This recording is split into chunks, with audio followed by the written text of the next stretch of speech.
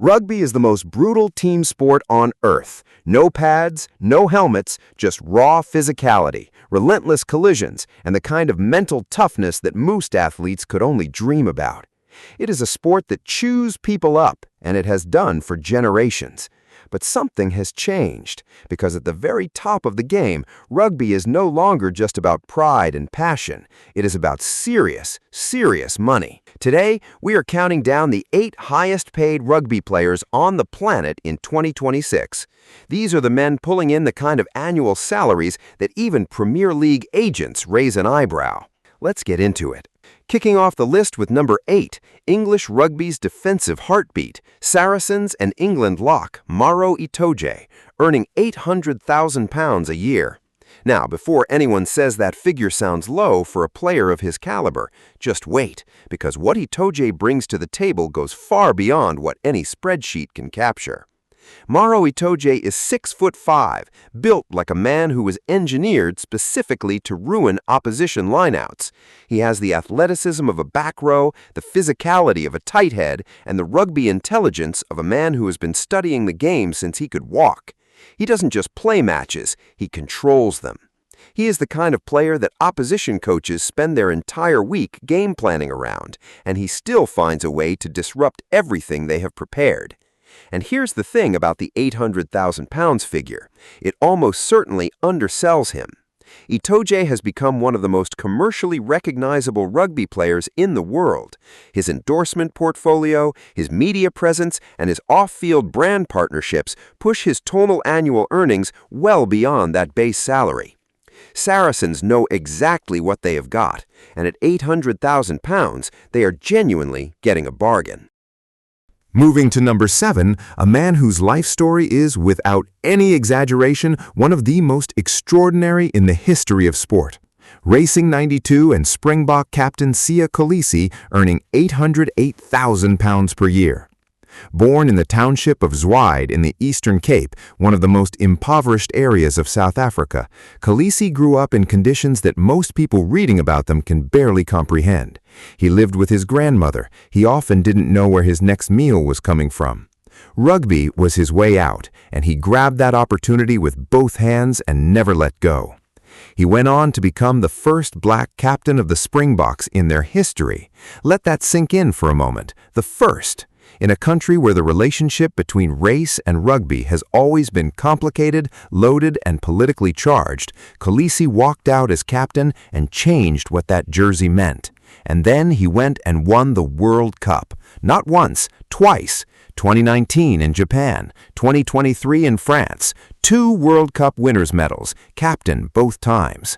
At Racing 92 and the top 14, Kolisi has been exactly what you would expect, a leader by example, still one of the most complete open-side flankers in the game.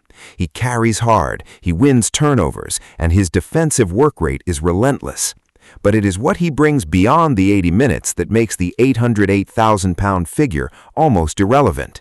Kolisi is a global brand, a symbol, a man who transcends sport, and his club knows it. Next is number 6, the most entertainingly combative scrum half in world rugby. Sale Sharks and South Africa's Faf de Klerk on £900,000 a year. And if you are a Springbok supporter, that number probably still feels too low. Let's get one thing straight about Faf de Klerk. He is 5'7" and he genuinely does not care. He will run straight at 6'4" blindside flankers. He will chirp opposition players who have 4 inches and 5 stone on him. He will contest every breakdown, every ruck, every loose ball as though his life depends on it. He is the most physically intimidating small man in professional rugby, and it is absolutely brilliant to watch, as long as he is on your side. Back at Sale Sharks in the Gallagher Premiership, he has been the heartbeat of the club. Sale are a tough, direct, physical team, and de Klerk is the perfect conductor for that brand of rugby. At £900,000 a year, he is unquestionably worth every penny. Sale would tell you the same without hesitation. Now, at number 5, pound for pound, and we mean that literally, quite possibly the most dangerous ball carrier in world rugby, Toulon and South Africa's Cheslin Kolbe, earning £930,000 a year. Cheslin Kolbe stands 5'8". In a sport where wingers and fullbacks routinely measure 6'2", 6'3", he is giving away 4, 5, 6 inches to almost every defender he faces, and it makes absolutely no difference whatsoever. Kolbe is one of those players who seems to operate on a different set of physical laws from everyone else on the pitch. He accelerates in ways that don't look real. He changes direction at full speed in ways that defy biomechanics. He finds gaps that simply should not exist. At Toulon, he has continued to produce performances that make crowds audibly gasp. Toulon have always had an eye for world-class talent with personality to match, and Kolbe fits the club perfectly. At £930,000 a year, he is approaching 7 figures, and the argument could easily be made that he should already be there.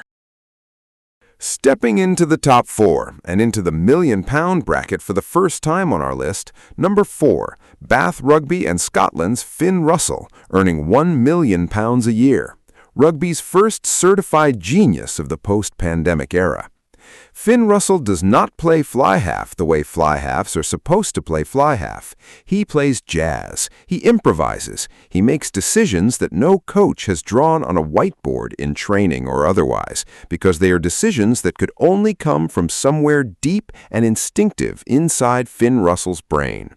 The no-look pass, the chip from 40 meters that lands on the try line for a sprinting winger, the offload out of a triple tackle.